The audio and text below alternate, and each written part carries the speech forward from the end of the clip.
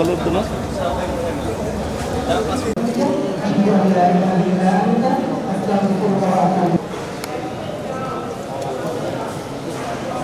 Photo সাংবাদিক ভাইরা রয়েছেন, আমার সম্মানিত হাজিরা, আমি জানি আপনারা ক্লান্ত।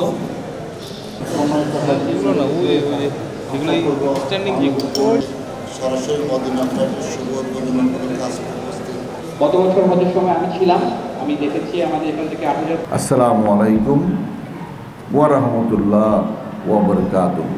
এবং এর সাথে সাথে আমি আজকে এই প্রথম ফ্লাইট হজ যাত্রীদেরকে নিয়ে মদিনা শরীফে যাবেন, এই প্রথম এই যাত্রায় আমি শুভ উদ্বোধন ঘোষণা করছি। জয়। বিমানবন্দরের কর্তৃপক্ষরা সুন্দর ব্যবস্থাপনা হাজিদের জন্য করেছে এবং যতদিন পর্যন্ত হাজিরা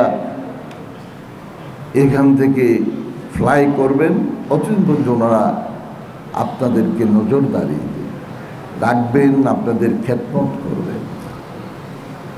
আমরা আল্লাহ রব্বুল আলামিনের কাছে দোয়া করি, প্রার্থনা করি, আপনার আল্লাহর মেহমান আপনাদেরকে আল্লাহ রব্বুল আলামিন সুস্থভাবে